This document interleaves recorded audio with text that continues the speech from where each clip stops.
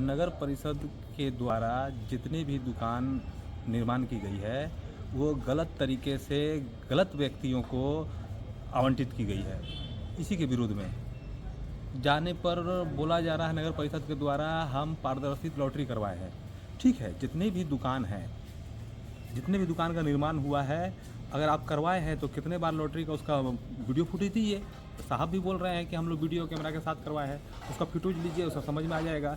कई होता क्या है ना कि 30 गो दुकान निर्माण हुआ तो 10 गो का लॉटरी करवा लिया लोग और 20 गो बंडर बाट रट लिया।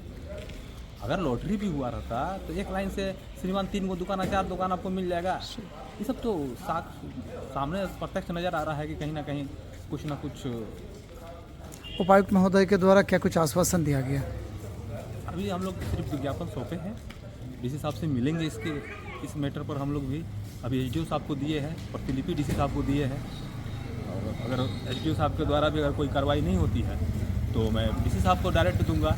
और ये सर हम 1 साल से लड़ रहे हैं। इनसे पहले जो पदाधिकारी थे नगर परिषद के पदाधिकारी, मैंने उनको भी बोला था, लेकिन वो क्या किए कि 1000 रुपया भाड़ा को 1500 भाड़ा कर दिए।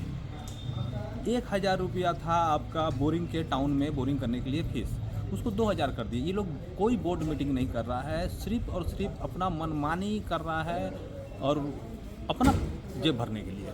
आपकी बातों को अगर डीसी साहब चाहे आला अधिकारी जो है नहीं सुनते हैं तो आप क्या कीजिएगा? हम सर चरणबद्ध आंदोलन करते हुए धरना प्रदर्शन पर अनिश्चितकालीन चक्का जाम करने का हम लोग मन बना के रखे हैं। अगर हम लोग का कार्रवाई, अगर हम लोग आवेदन पर कार्रवाई नहीं होती है तो मैं अनिश्चितकालीन चक्का जाम कर दूंगा। और एक सबसे बड़ी विडंबना क्या है ना कि दुकान हमारे नाम पे मान लीजिए अलॉटमेंट हुआ है तो 99 साल का सर लीज हुआ है इसमें। तो अब हम क्या कर रहे हैं ना कि मैं अपने दुकान को दूसरे के किराए में दे रहा हूँ। और कैसा किराया दे रहा हूँ सुनने में आ रहा है सर, सूत्रों के हिसाब से एकदम ये पुख्ता जानकारी है कि 2 लाख 2.5 लाख रुपया 5 लाख रुपया तक एडवांस लेकर 5000 4000 रुपये भाड़ा में हम दूसरे को चलाने दे रहे हैं। कई दुकान सदियों से बंद है, जब से खुला है तब से दुकान बंद है, जबकि इस सब का रूल रेगुलेशन भी बना हुआ था सर।